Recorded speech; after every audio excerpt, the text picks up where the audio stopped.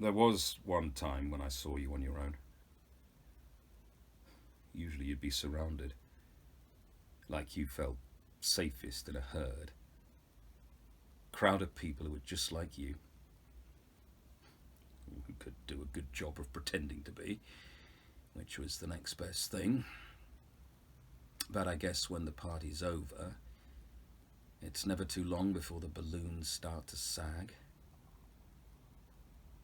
That's what I saw that day. Collapsing of your smile, caving in of your happiness, which I guess was just an act. We'd all left the living room en masse. I remember pushing Harry away from me with my elbow, making him collide with the door handle. Short gasp of breath, she laughed off. And he half stepped, half bounced his way down the corridor and out onto your gravel driveway. Still laughing. Harry's another guy I rarely see on his own. He grabbed Lydia round the waist. Shock screech, turning into more laughter. Ugh, those two. I turned back, thinking I would close the living room door. Last one out. Leave you in peace. I guess you thought I'd left the house when Harry did. Or with the others. And Kathy and I were pretty close back then.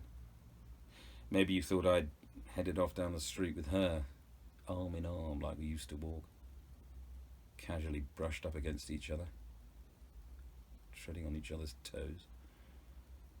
Deliberately sometimes. I liked that little yelping sound she'd make. I'd find any excuse to hear it. You were standing in the middle of the room. Your eyes were closed.